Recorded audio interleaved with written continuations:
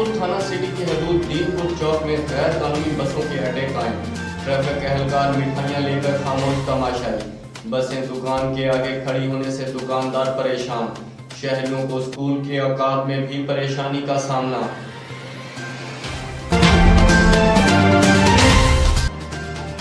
دنیا پور municipal committee انتظامیہ کے زیر اہتمام محفل میلاد النبی صلی اللہ علیہ وسلم منعقد ہوئی۔ محفل میلاد النبی صلی اللہ علیہ وسلم میں میونسپل کمیٹی اہلکاران سمیت معززین علاقہ، تاجر برادری، سیاسی و سماجی شخصیت نے کثیر تعداد میں شرکت کی۔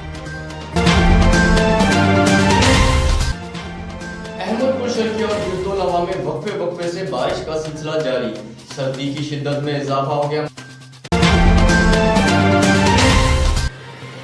سانگڑ پولیس لائن مڈل سکول میں گزشتہ ایک ماہ سے پینے کے پانی کا شدید بحران۔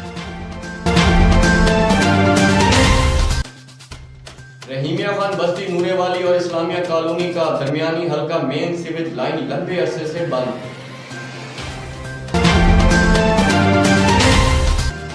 روڈ پکا گورنمنٹ ہائی اسکول M5 میں اسکول ٹیچر محمد عرفان کا بچے پر وحشیانہ تشدد، بچہ اسکول چھوڑنے پر مجبور، بچے پر تشدد کی ویڈیو راز نیوز نے حاصل کر لی۔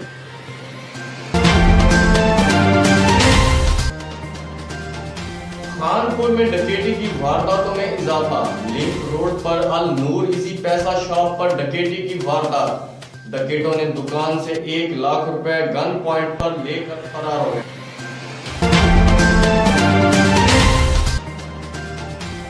قدیم راجو خانیالی کے قریب کار حادثے میں خواتین اور بچوں سمیت 6 افراد جاں بحق۔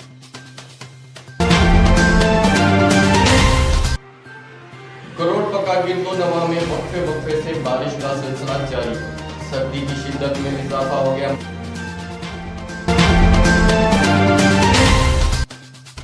رحیمیہ خان والدہ آفس کی یونین نے AC انیس الرحمان کے خلاف ہڑتال کا اعلان کر دیا۔